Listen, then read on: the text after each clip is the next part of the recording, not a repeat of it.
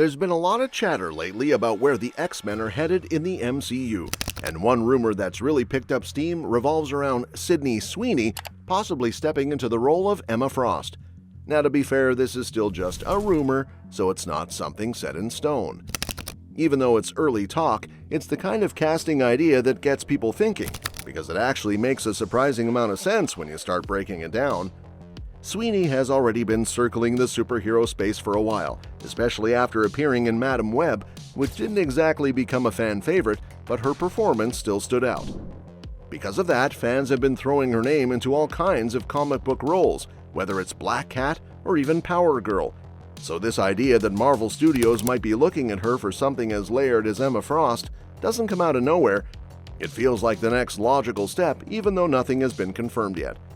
What makes this rumor even more interesting is the character itself, because Emmafrost isn't just another straightforward hero or villain. She's complicated, and that's putting it lightly. In the comics, she started off as the White Queen of the Hellfire Club, someone who was very much on the opposing side of the X-Men. But over time, things changed, because her story isn't about staying in one lane, it's about evolving, even though that evolution is messy and sometimes questionable. There's also this small detail that keeps popping up in conversations: her accent. Some people immediately wonder if an actress needs to sound a certain way to play Emma, but even in the comics, especially during New X-Men, it was revealed that her refined accent is more of a constructed persona than anything else. So that kind of flexibility actually opens the door wider for casting choices, because it shows that Emmafrost is as much about presentation as she is about power. And speaking of power, Emma's journey through the comics is pretty intense. She spent time running the Massachusetts Academy, training young mutants known as the Hellions, although her intentions weren't exactly pure. Then everything shifted after the destruction of Genosha, which forced her to reevaluate her path.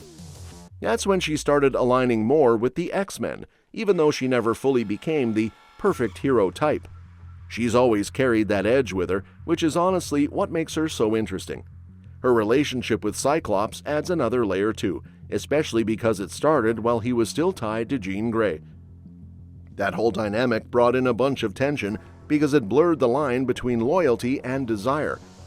Later on, Emma and Scott even took leadership roles together at Xavier's school, showing just how far she had come, but also reminding everyone that her past was never completely behind her.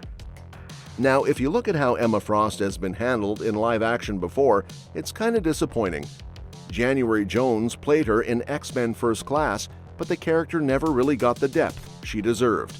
She felt more like a supporting villain than a fully realized figure, which is a missed opportunity considering how rich her story is in the comics. So this rumored reboot is a chance to fix that, because Emma isn't supposed to be one note. She's supposed to be unpredictable.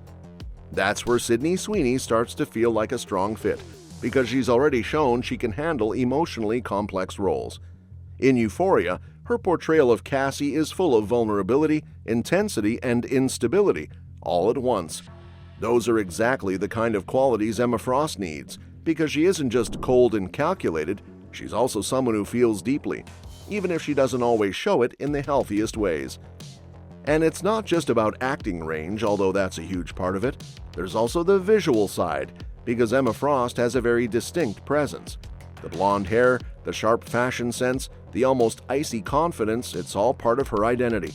Sweeney naturally fits that look, which might sound like a small thing, but it actually helps ground the character in a live-action setting.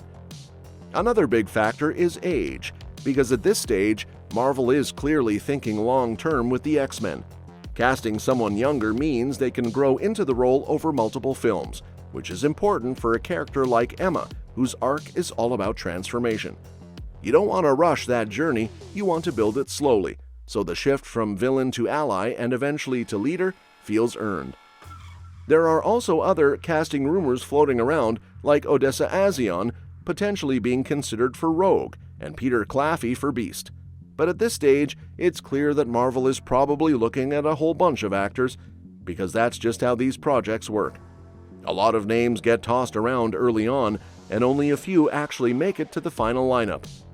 Behind the scenes, the reboot is being shaped by people like Lee Sung-jin and Joanna Callow, which is interesting because both of them have a strong background in character-driven storytelling. And that's exactly what the X-Men need, because at their core, these stories are about identity, conflict, and belonging, not just big action scenes. Lee Sung-jin has even talked about how much the X-Men meant to him growing up, especially watching the animated series and reading the comics. And that kind of personal connection matters, because it usually leads to a more thoughtful approach.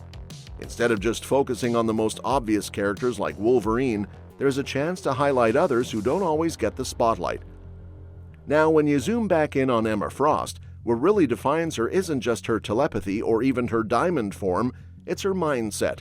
She operates in that gray area where she's willing to do things others won't, even though she's technically on the same side. That's what gives her that anti-hero edge, because she's not trying to be morally perfect. She's trying to win, and sometimes that means making brutal decisions.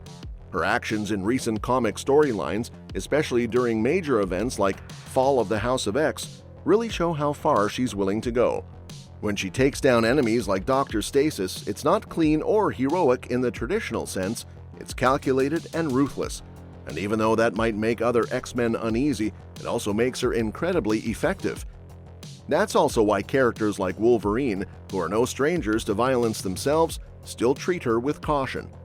Emma isn't just powerful, she's strategic, and she knows how to use that power in ways that can be unsettling. She's the kind of ally you want on your side, although you're never completely sure what she's thinking.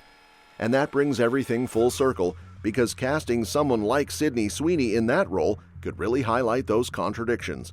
She can play someone who is both vulnerable and dangerous, someone who can shift from emotional to cold in a heartbeat. That balance is crucial for Emmafrost, because if you lean too far in one direction, you lose what makes her unique. So even though this rumor should definitely be taken lightly for now, it's still an exciting possibility. If Marvel gets Emmafrost right this time, she could easily become one of the standout characters in the entire MCU X-Men lineup. Because I'll be bringing you more updates on upcoming movies before they even drop. So, keep an eye out for that, along with the latest on your other favorite shows and movies. Thank you so much for watching our channel today, and stay tuned, because I'll see you in our next video.